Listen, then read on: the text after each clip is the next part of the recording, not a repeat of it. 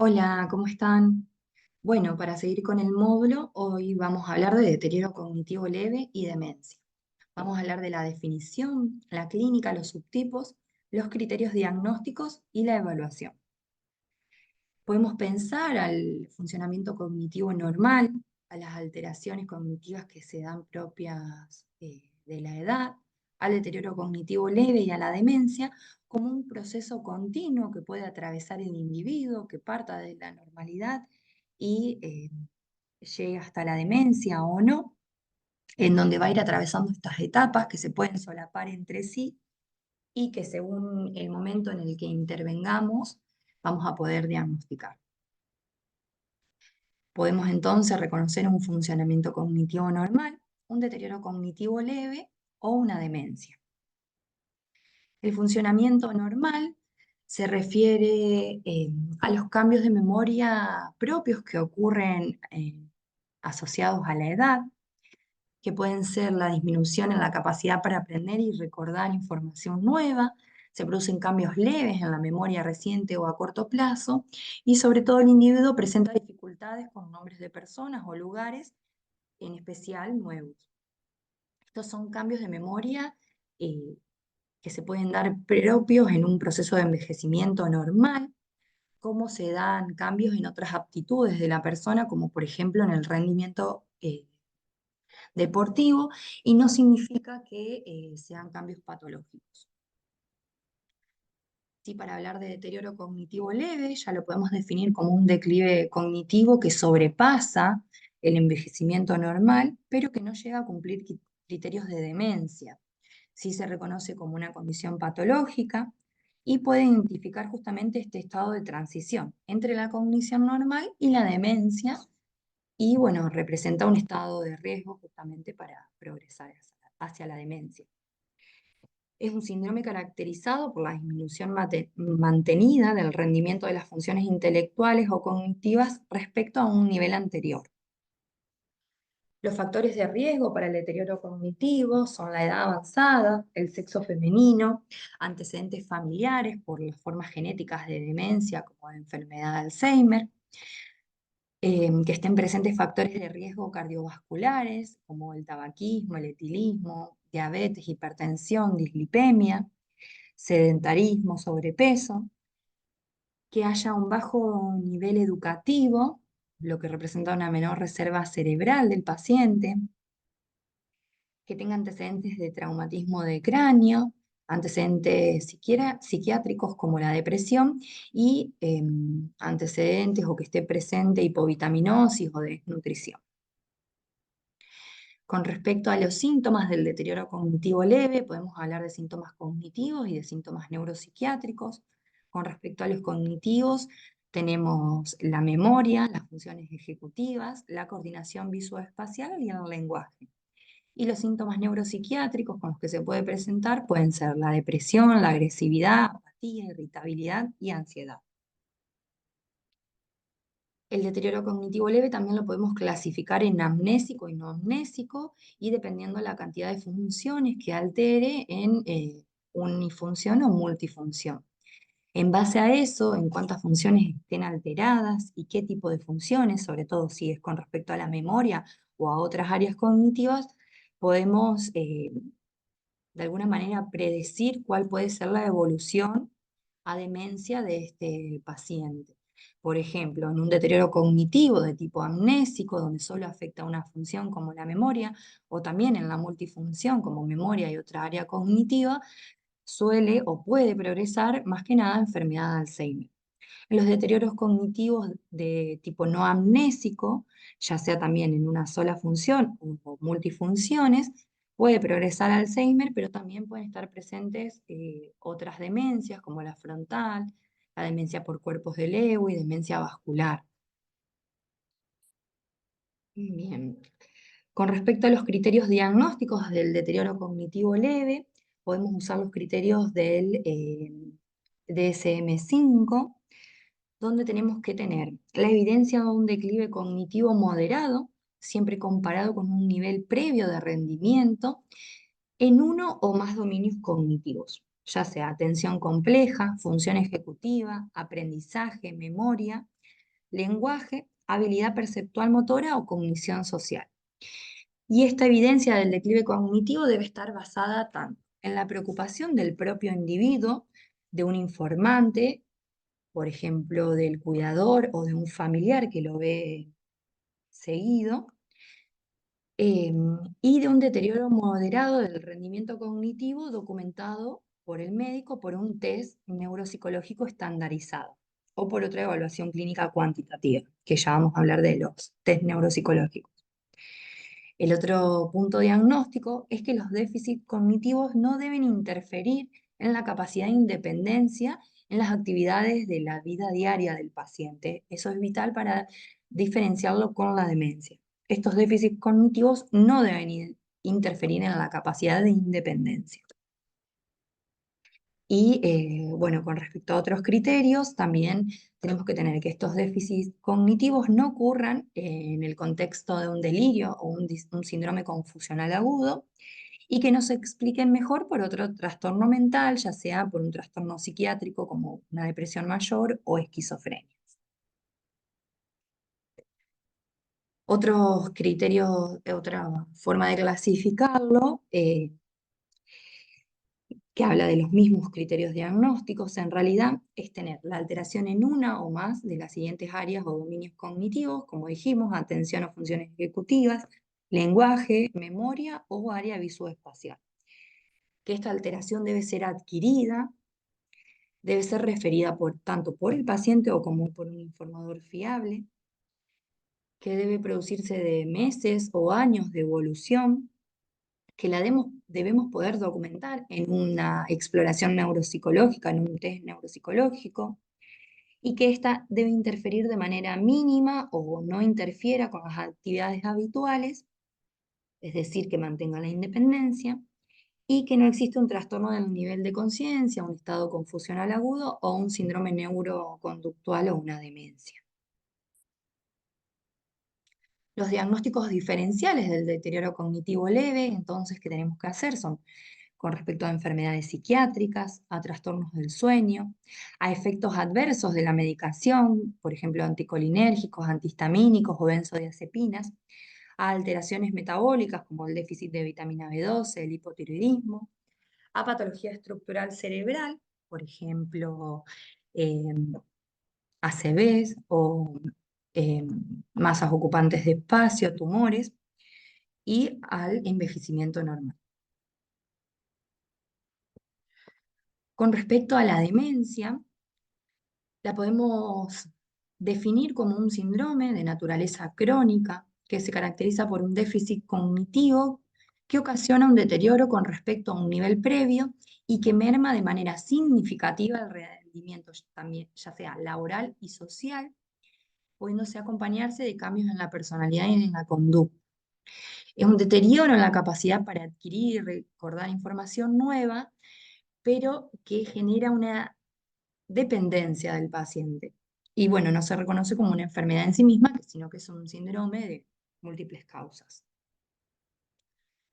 Las características de la demencia son la pérdida de habilidades cognitivas y funcionales, lo que decíamos que interfiere con la capacidad para rendir en el trabajo o en las actividades habituales, que representa un deterioro desde niveles funcionales y de rendimiento previo, que no se explica por el síndrome confusional o un trastorno psiquiátrico grave, y que el diagnóstico lo necesitamos realizar a través de la anamnesis y también de una valoración cognitiva objetiva.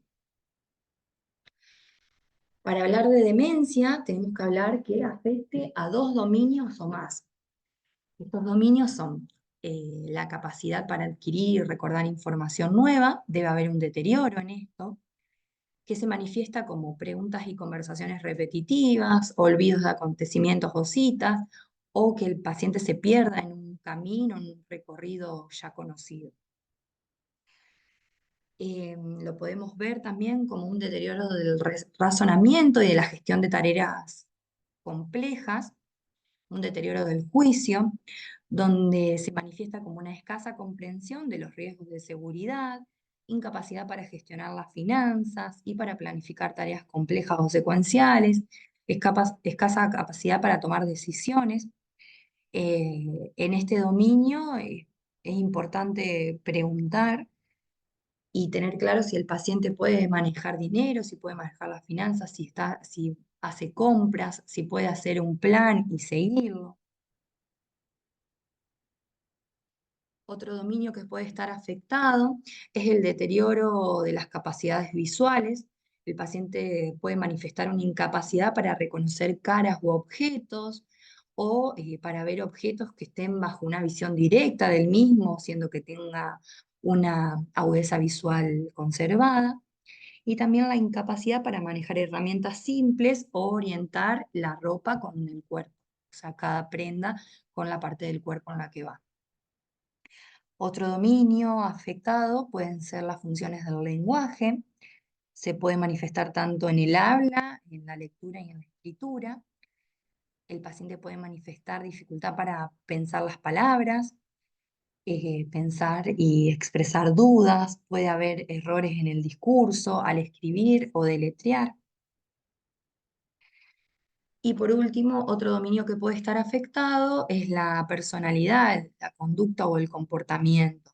Estos son los síntomas neuropsiquiátricos con los que se puede presentar la demencia, donde el paciente puede manifestar agitación, falta de motivación o iniciativa, apatía, pérdida de impulso, aislamiento social, pérdida de la empatía.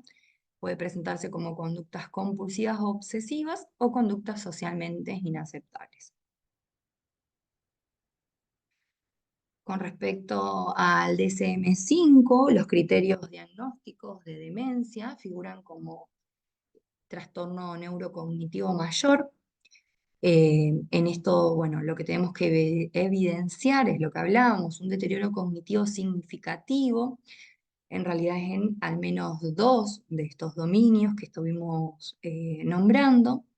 Este deterioro debe ser adquirido y que representa un declive importante respecto al nivel previo, que deben interferir en la realización de las actividades instrumentales complejas de la vida diaria, que bueno, el comienzo suele ser insidioso, progresivo, que se puede observar en la historia clínica, en la anamnesis al paciente, al familiar, y en los test neuropsicológicos seriados lo podemos demostrar.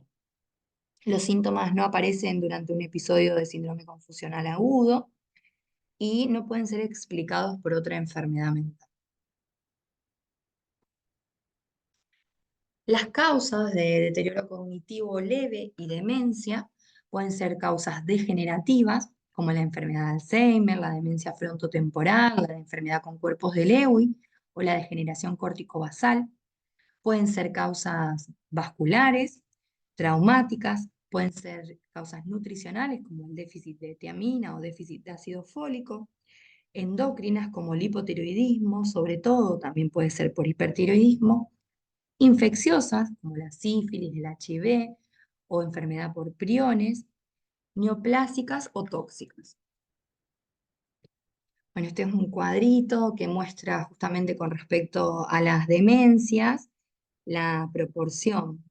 Mayormente la enfermedad de Alzheimer representa el 75% de las demencias, la demencia frontal o frontotemporal un 5%, las demencias vasculares de un 15 a un 25% y la demencia por cuerpos de Lewis un 20% aproximadamente. Otras demencias, como las que nombrábamos recién, el 5% restante. Y bueno, también como causas frecuentes de deterioro cognitivo, tenemos que pensar los efectos secundarios de fármacos. Por eso es importante detallar qué fármaco y hace cuánto lo consume el paciente. Los trastornos psiquiátricos como la depresión y, bueno, otros trastornos que también nos pueden dar el deterioro cognitivo que ahora vamos a ver más adelante. Con respecto a la evaluación, necesitamos hacer una correcta anamnesis, que en este caso lo primordial es hacer una anamnesis al familiar, al cuidador del paciente, un examen físico y neurológico, una evaluación neurocognitiva, una evaluación funcional neuropsiquiátrica en algunos casos y también apoyarnos en exámenes complementarios que nos van a servir principalmente para descartar otras causas. Con respecto a la anamnesis, entonces, como decíamos, principalmente se debe realizar a la familia que ve seguido, que ve diariamente al paciente o a su cuidador. Es importante consultar el nivel de educación que tiene el paciente, cuándo fue el inicio y cómo fueron evolucionando estos síntomas, si tiene pérdida de memoria, cuáles son los olvidos, si tiene problemas para encontrar las palabras cuando está eh, dirigiéndose a la otra persona, si tiene fluctuaciones en la atención, si se pierde en entornos nuevos o familiares, esto que hablábamos de perderse en un recorrido ya conocido, si tiene problemas de razonamiento, problemas para realizar cálculos, cuando tiene que pagar cuentas, cuando hace mandados, si han podido observar cambios de conducta, como hablábamos, aislamiento social, irritabilidad, si tiene otros síntomas de depresión, de ansiedad, y bueno, hay que evaluar cuál es el estado funcional actual, qué actividades básicas de la vida diaria realiza, de qué se encarga en la casa, de qué no, y cómo fue evolucionando esto a través del tiempo. Con respecto al examen físico y neurológico, bueno, es importante realizar un examen físico completo, realizar un examen de los signos vitales, descartar que el paciente no esté cursando una infección o una intoxicación, que nos pueda estar hablando de un síndrome confusional agudo, para poder evaluar correctamente el estado cognitivo fuera de este estado. El examen neurológico se debe enfocar principalmente en poder recabar información, a ver si hay afectación principalmente de tres ejes. Si hay signos o síntomas de déficit neurológico focal, que nos pueda estar hablando de alguna enfermedad vascular previa, que el paciente haya sufrido una ACV o tenga signos o síntomas de una afectación tumoral o de un traumatismo de cráneo. Signos de otros trastornos neurodegenerativos, como por ejemplo si hay presencia de temblor, de rigidez, si hay alteraciones en la marcha, o signos que nos hablen de una liberación frontal, que sería un indicio de demencia cuando se acompaña de una pérdida o una alteración en la memoria, por lo que es importante, bueno, como hablábamos en la clase anterior, hablar poder analizar y buscar en el examen si está presente el reflejo de hociqueo, el reflejo de prensión, un reflejo palmomentoniano. Tenemos que hacer el examen neurológico completo y bueno, consignarlo. Luego se pasará a la evaluación neurocognitiva. Con respecto a esto, hay dos test que se usan principalmente para la evaluación neurocognitiva y que son test de cribados, que son test eh, que se pueden usar al inicio de la evaluación y que nos va a orientar y nos va a decir si necesitamos seguir examinando a este paciente o no. Eh, Uno de los test es el Mini Mental State. En este lo que se hace es evaluar la orientación temporal y espacial, la memoria reciente, la atención, la concentración, las praxias y el lenguaje. Es una prueba que dura de 5 a 10 minutos. La desventaja es que no detecta la disfunción frontal y ejecutiva, pero sí que es una prueba fácil de realizar para obtener un cribado, donde la puntuación máxima es hasta 30, se considera patológico menos de 23, con algunas salvedades. En pacientes menores de 50 años, un puntaje menor a 29 nos debe llamar la atención, es una bandera roja. En pacientes de 50 a 80 años, un puntaje menor a 28 también se considera alterado. Y en pacientes de 80 a 89 años, un puntaje menor a 26 también se considera. consideraría alterado. Otro de los test de cribado que podemos realizar es el MOCA. En este evaluamos la orientación, la memoria, la alteración del lenguaje, la función ejecutiva, visual y espacial. Es un test también que lleva pocos minutos, que es fácil de realizar y que tiene una sensibilidad muy alta para detectar un deterioro cognitivo leve, una sensibilidad hasta del 98%. Con estos dos test, dependiendo si nos dan las pruebas positivas o negativas, vamos a avanzar en la consulta en la evaluación neurocognitiva. Ahí, en el caso de un test positivo, sobre todo, vamos a avanzar en la evaluación de la capacidad funcional del paciente. En esto, bueno, lo que tenemos es un cuestionario de actividades funcionales. Este lo debe realizar el cuidador o el familiar del paciente que lo ve a diario. Y en este lo que se hace es evaluar las actividades de la vida diaria, ya sea como cocinar, comer por su cuenta, la higiene personal, la vestimenta, poder vestirse solo, cómo se comporta con respecto al descanso, al control de esfínteres y a la movilidad. El familiar va a rellenar este cuestionario, lo clasifica en 11 áreas, lo califica en realidad, con un puntaje de 0 a 3. El puntaje 0 es cuando estas actividades de la vida diaria, el paciente las puede desarrollar normalmente, de forma independiente, y va aumentando un puntaje del 1 al 3 en base a necesite asistencia o lo realice con dificultad o sea totalmente dependiente y solo no puede realizar. En este caso, en este cuestionario, un puntaje mayor a 10 ya habla de una capacidad funcional reducida. Después podemos avanzar con evaluaciones neuropsicológicas antes de los exámenes complementarios, que son pruebas psicológicas específicas, como el test del dibujo del reloj, que evalúa principalmente la función ejecutiva y las aptitudes visuales y espaciales, la atención y la concentración, y también un test de fluidez verbal, donde le podemos pedir al paciente que enumere el mayor número de palabras posibles de una cierta categoría, por ejemplo, de animales, en un minuto. Y como base rápida se puede utilizar como referencia normal que el paciente debe enumerar la cantidad de palabras iguales a sus años de estudio más 4.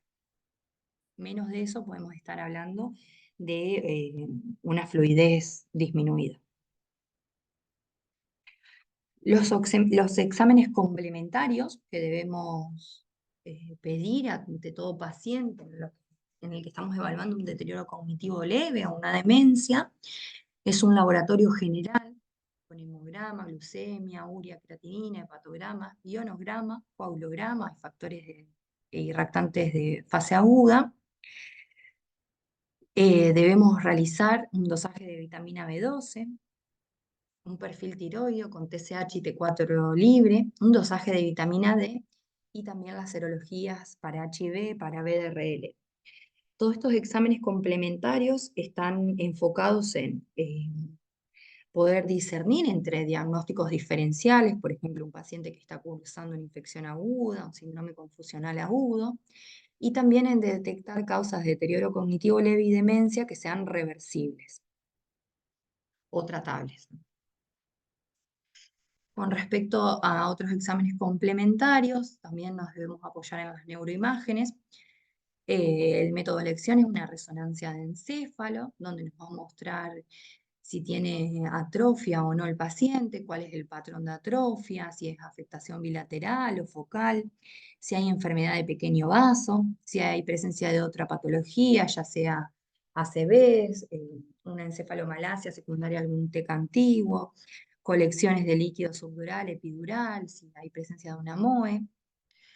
Y bueno, también podemos tener los estudios de imagen funcional que hablábamos en la clase anterior, que no son necesarios de rutina en un paciente típico con una causa de demencia o deterioro cognitivo leve identificada, pero sí son útiles cuando se sospecha una enfermedad neurodegenerativa típica en personas jóvenes, menores de 66 años, con enfermedad de Alzheimer.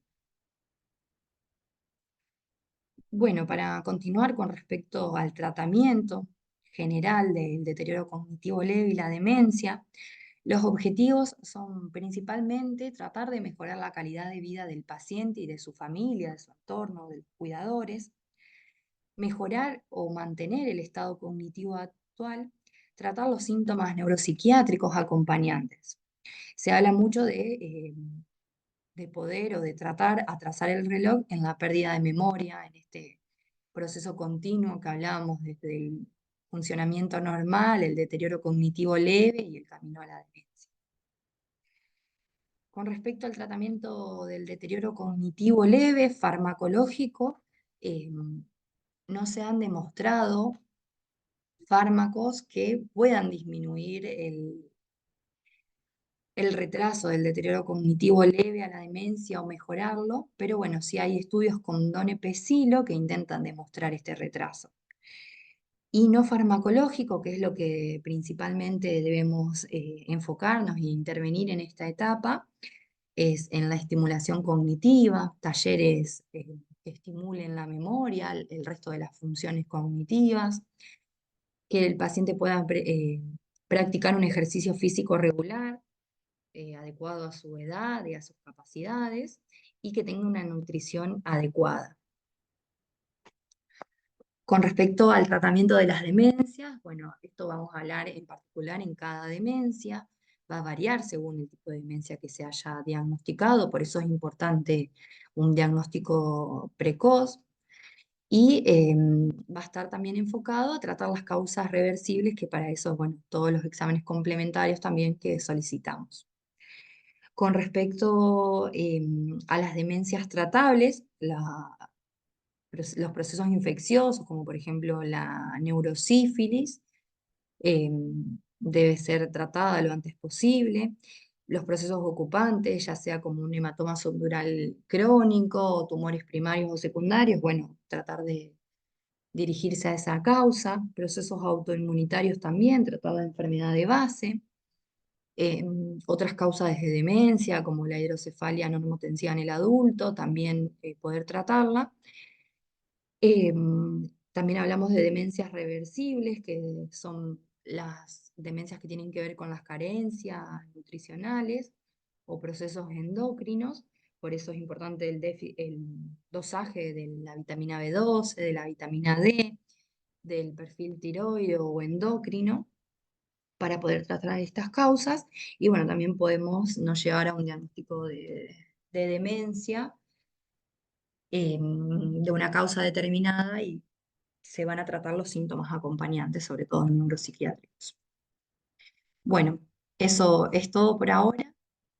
Mañana vamos a ver un caso clínico para poder aplicar esta evaluación y el diagnóstico diferencial en un deterioro cognitivo leve versus una demencia.